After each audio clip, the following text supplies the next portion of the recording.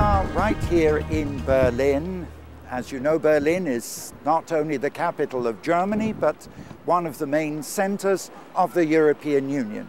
And here we're standing outside the Pergamum Museum. Inside this Pergamum Museum are two major things. One is the throne or the seat of Satan, referred to in Revelation chapter 2, verse 13, and also the gate to Babylon.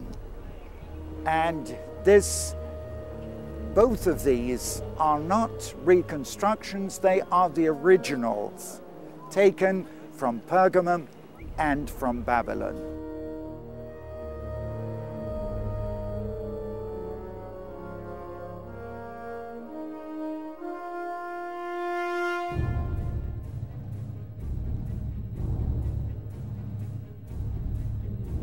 This is the way that the children of Israel would go in their captivity into Babel and into Babylon when they were taken to Babylon for captivity. So walk with me down the actual processional street here.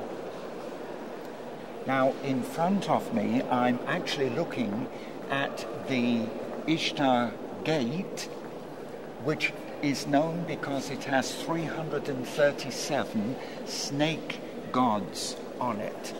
337 in the Hebrew is the numerology for Sheol or hell. So in effect, this is the gateway to hell that you can see here. Now you can see actually the gate in front of you. This is not a model. This is actually the original gate taken from Babylon. It was created 600 years before Christ and has been brought here and reconstructed here in the museum in Berlin.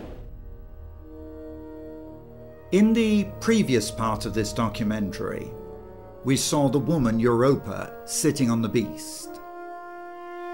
That's the image of the European Union. But when Jesus showed John the woman in Revelation 17, whom we now believe to be Europa, she had a name on her forehead, Mystery Babylon. I can explain the mystery of how she receives this name, and also I can demonstrate the connection between Babylon and Europe. We saw it firstly in Strasbourg, the Tower of Babel, and now the original Babylon is actually in Europe.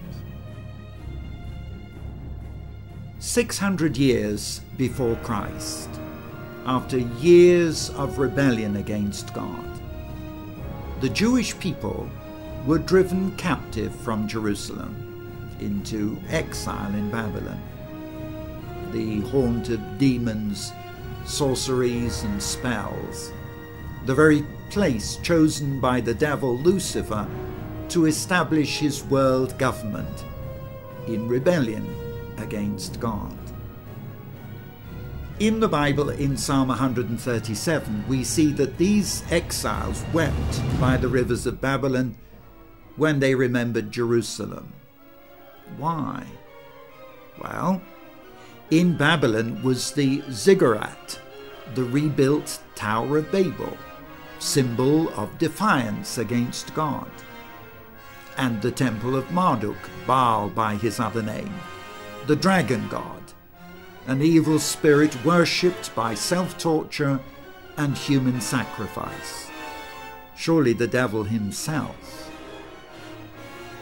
The grand processional entrance to all this was through the Ishtar Gate, covered with a swarm of monsters, including 337 snake dragons.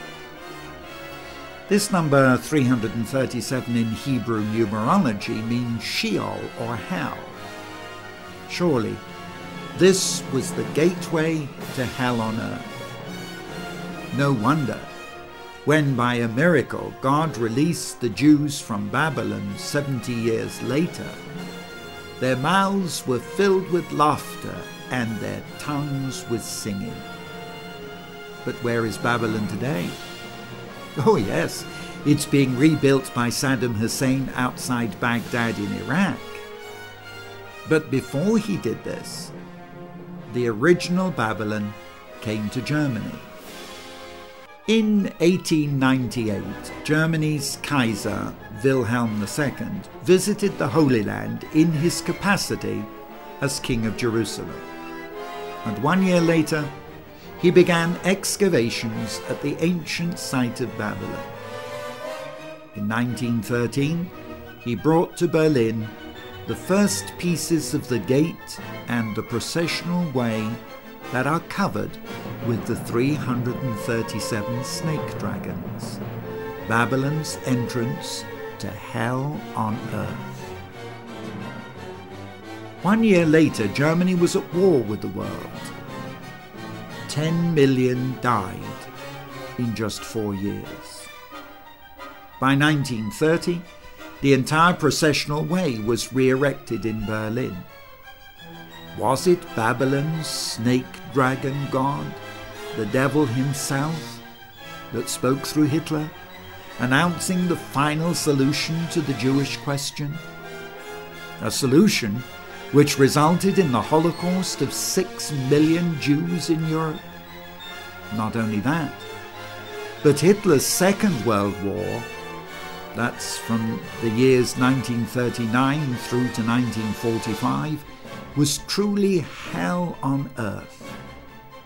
More than 55 million died worldwide, Germany in ruins, and Berlin divided between the superpowers of East and West. While East Berlin retained the Ishtar Gate, Babylon's symbol of hatred towards the Jews, West Germany moved into a period of grace. Chancellor Adenauer, a devout Christian and lifetime opponent of Nazism, recognized the biblical truth that God will bless those who bless the Jews. At a time when his own country lay in ruins, he offered war reparations to Israel, and the German post-war economic miracle began. This changed after East and West Germany reunited in 1990. Today, Germany's vaunted economic miracle is in crisis. I wonder why.